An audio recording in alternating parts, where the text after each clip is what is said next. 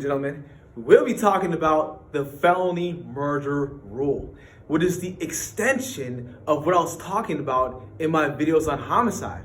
The malice within the crime of murder has 4 types of malices. Remember, the intent to kill, express malice, the intent to cause serious bodily injury, implied malice, wanton and reckless conduct, which is just the criminal being very, very negligent and causing the death of another.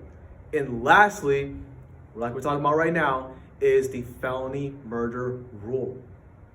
The felony murder rule is very interesting because it has a common law meaning and also a modern law meaning. So let's get into it right now.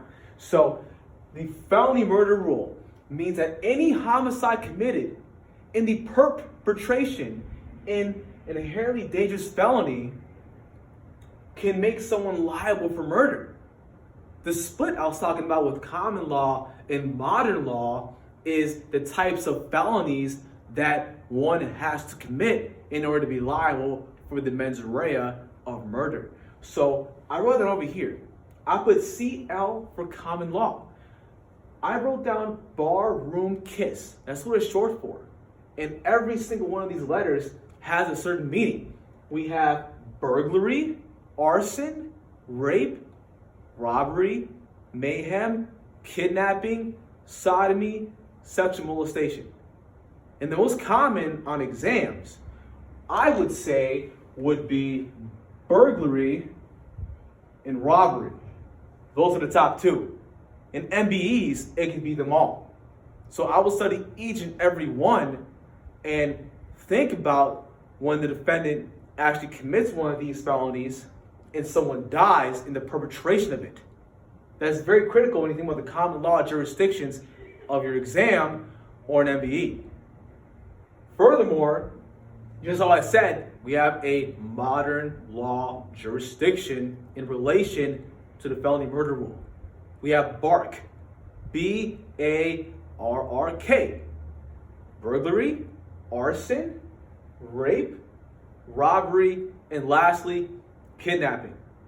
If a defendant commits any of those felonies or one or more of those felonies and someone dies in the perpetration of one of those felonies under the modern law, that defendant could be liable for murder. So let's get into the subheadings of what the felony murder rule means. So within the felony murder rule, we have a rule statement that we just talked about. I'll say it again. Any homicide committed in the perpetration of an inherently dangerous felony, which means, as I said, the defendant commits a felony in some way, somehow, in the perpetration of committing that felony, someone dies. So the subheadings I want to get into is basically subheading 1, place of safety.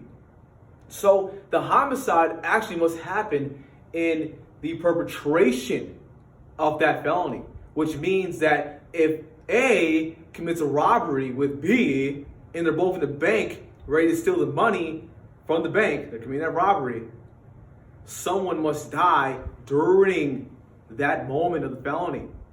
If the defendants end up reaching a place of safety, which is what I wrote here, place of safety, and someone dies in their place of safety, which means that they are complete. The crime is complete. That's what I'm trying to say. The crime is completed at the place of safety. Again, this homicide must happen in the perpetration of an inherently dangerous felony. So if the robbery, as I said, A and B committed a robbery, if someone dies in the perpetration of that robbery, then A and B could be liable for murder.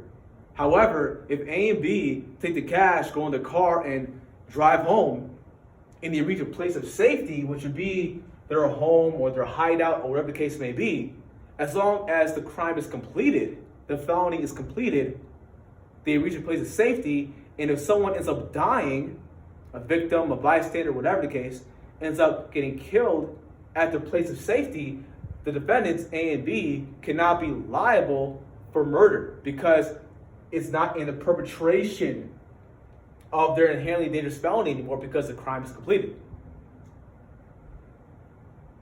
Let's get into exactly what I just said earlier, is that this is important to know on your criminal law exam, is that this is technically the mens rea of murder. As I said, murder has 4 critical things to know about within malice. We have intent to kill, express malice.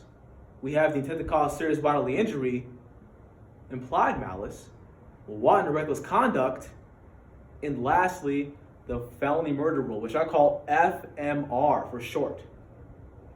So knowing exactly what the felony murder rule means, and knowing exactly what the common law jurisdiction states and what the modern law jurisdiction states in terms of the type of felonies that needs to be committed in order for a defendant to be liable is very critical. Because if the defendant happened to commit, let's say, sodomy in modern law, and someone dies in the perpetration of that sodomy, the defendant will not be liable under a modern law jurisdiction, because the modern law doesn't count sodomy or sexual molestation as inherently dangerous felonies anymore.